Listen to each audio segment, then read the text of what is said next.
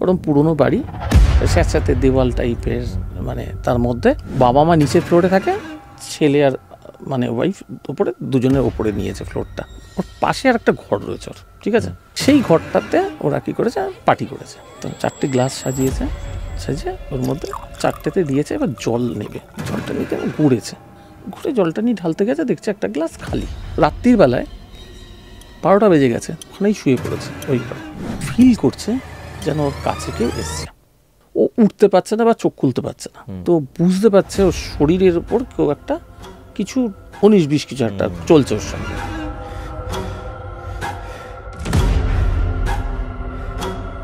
সকালবেলা যথারীতি উঠেছে, ওঠার পরে তো নর্মাল হয়ে গেছে। 2-3 যাওয়ার পরে ওই বাড়িতে ওই হাজব্যান্ডের একটা যে ব্যবসা ছিল, সেখানে শর্ট সার্কিট হয়ে আগুন লাগে।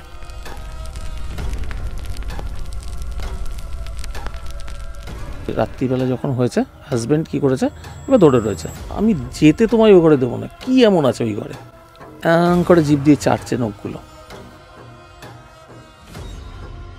তো এরকম করছে দেখেও লাইটটা জ্বালিয়েছে হাজব্যান্ড, দেখছে নখের এখান থেকে রক্ত বেরোচ্ছে, পাগে যেন মাছ ডালে যেন হয় না, ওইরকম সেম ওরম দাগ করেছে।